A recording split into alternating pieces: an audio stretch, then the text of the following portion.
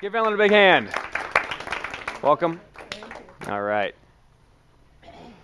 I'll give you this. How you doing? Good.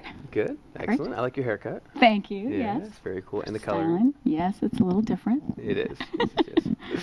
My wife just cut her hair short like a month or two ago. Oh, I love it. Yeah, first time it was like long. No, first Yeah. time's always really tough because you sort of. Yeah, she's like, where'd it go? Yeah. Yeah. But she said, I've always wanted to do it for the last 10 years, so I'm glad I finally did it. Nice. You know? Yeah. All right, so we're doing sensory acuity, right? So what we need to do is a couple things with sensory acuity. The first thing we need to do is get a baseline, just like lie detection or anything else. That's what we've been doing this last section. So we need to get a baseline of Ellen so we know what Ellen's like with whatever the situation is. Now, there's lots of ways to use sensory acuity. The way we're using it today is to simply try to gauge what state someone's getting into. Does that make sense? What state? So remember, you need to use this, say you're in a sales meeting and I'm giving a presentation. Well, I want to know when Ellen feels excited about my prospect, okay? Excuse me. When she feels excited, then that's when I'm going to say, so would you like to sign up now? Is that the time? Right when she's feeling excited about it, rather than when she's feeling like she's not sure about it. Wouldn't that be a poor time to ask for the sale? When she's not sure? No, you meet you talk about that, and then once she feels excited, then I want to say, yes, here's the contract. Go ahead and sign it. So we need to know what Ellen looks like excited, and we need to know what Ellen looks like when she's not sure, right? So in that situation, what we're going to do is a simple example here is we're going to get snapshots in our mind of what Ellen looks like when she's thinking about something that she likes and something that she doesn't like, okay? Something she likes, something she doesn't like. So we'll use people, and that's easy. Okay. Again, imagine in your mind, all you're doing for this demonstration is you're taking 2 snapshots, click, click, in your mind of what she looks like, everything. Now, what are we watching for? Not just her facial, her smiles, but we're looking for everything that you see on your sensory acuity page. So look for skin color, look for skin tone, look for pupil dilation, look for eye focus, look for breathing rate changes, and then also look for all the obvious ones. Right, the forehead movement or eyebrows or crinkling of the nose or corners of the mouth, all the things that you might just notice. But pay attention to the whole picture. It's usually not just one thing, and that's important to notice. It's usually not just the one, because sometimes the corners of the mouth will move down in a certain way, and you might go, aha! When they thought about someone they didn't like, the corners of the mouth moved down, and when they thought about someone they liked, it moved up. And then you ask them to pick one, and they think and their corners move down, and you think they are thinking about someone they don't like, and you're wrong. You go, what the heck? This stuff doesn't work. No, it's because what you did is you focus on just one thing. We need to focus on the entire person. And just notice how the shift happens, okay? So Ellen, what I'm going to ask you to do is I don't want you to give it away freely and just let us see it really too obviously, but I don't want you to hide it or anything, okay? Okay. So don't try to hide it. Just be natural and normal. Okay? Make sense? Sure. Good. Just be you. Okay. All right. So we're going to do 2 things. First, I'm going to ask you, can you think about someone that you like? And think about someone that you really, really like in your life. Okay. Got someone? Mm-hmm. Okay, good. So no, I said don't try to give it away too freely. Sorry. Okay. But and again, don't hide it. But just kind of sit there and just naturally just think about someone you like. Okay. And just get a picture of that person in your mind and think about spending time with them. And just stay with that for a second. I just want her to stay with that and be there. So really think about that person.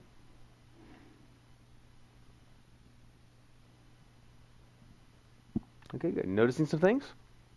Yes, okay. Do you smell popcorn? No? There may be some in the cupboard. All right, we're using our break states. All right, now I want you to think about somebody else. Okay. I want you to think about someone else that you really don't like. Now I know some of you are like, I love all of God's creatures, but if you could think of someone that you wouldn't mind if you never saw them again, that wouldn't be the worst thing in the world. Think about someone you don't really like. Okay. Got somebody. Okay. So just sit with that for a second. Just really think about that person you don't like.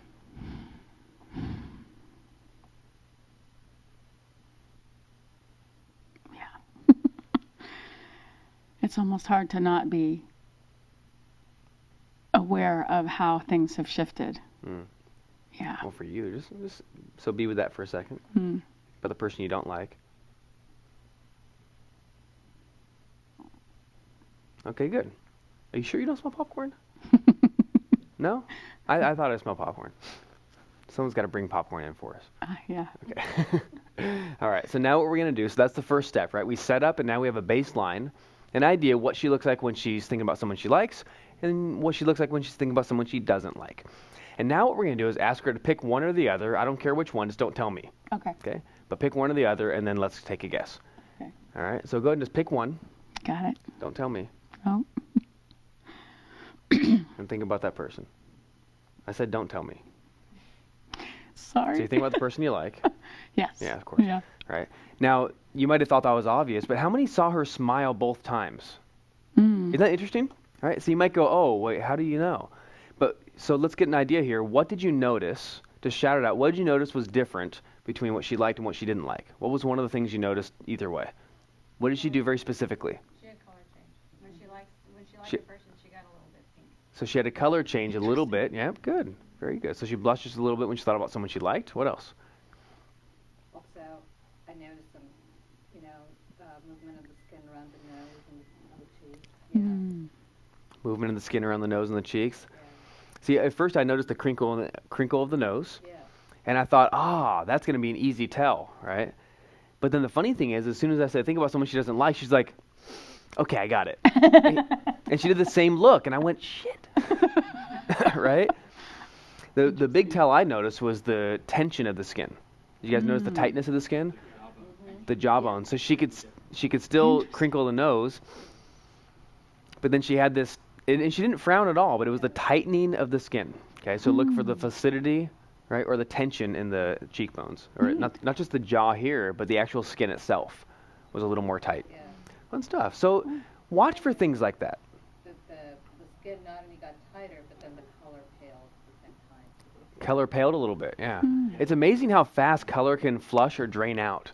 It's really amazing how fast. Because I've done demonstrations here. I remember a parts integration in Australia I did with a guy named Paul, who's running all the Australia operations now, right?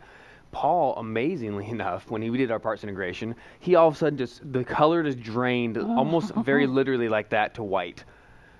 And he has, pretty fair skin, a little bit more fair than yours. And he just all white, and he went through this, his eyebrows twitched. That was a pretty obvious tell. And then all of a sudden he flushed. It was like from top to bottom, flushed red.